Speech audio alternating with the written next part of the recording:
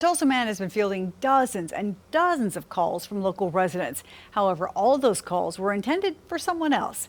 2 News Oklahoma's Shay Smith spoke with him today about the problem he was facing and why he was trying to help those callers. Shay?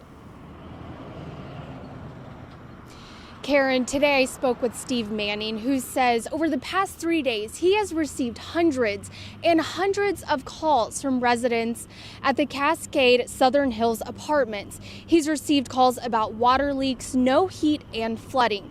But he doesn't work at the apartments or even live there. Somehow, calls to the apartment complex were going to Steve's cell phone. He says at one point he was receiving between 40 and 50 calls an hour. But Steve did the best he could and tried to help several residents. He did reach out to the city's water department about the flooding and TPD about residents possibly not having any heat. He says if this happens to anyone else, he hopes they won't turn their back on residents in need. Take the calls, take the time. It'll pay off, because I know that just speaking with some of those elderly women that night they were frantic. They weren't angry, but they're frantic.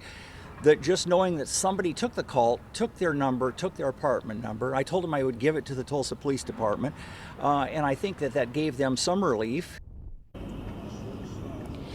I did speak to the acting property manager today. She says she found out about the phone issues this morning from residents. I asked about any water or heating issues, and she told me there were a couple of pipes that had burst. She told me someone who has more information would be in touch with me, but I have yet to hear back. Live in Tulsa, Shay Smith, 2 News Oklahoma.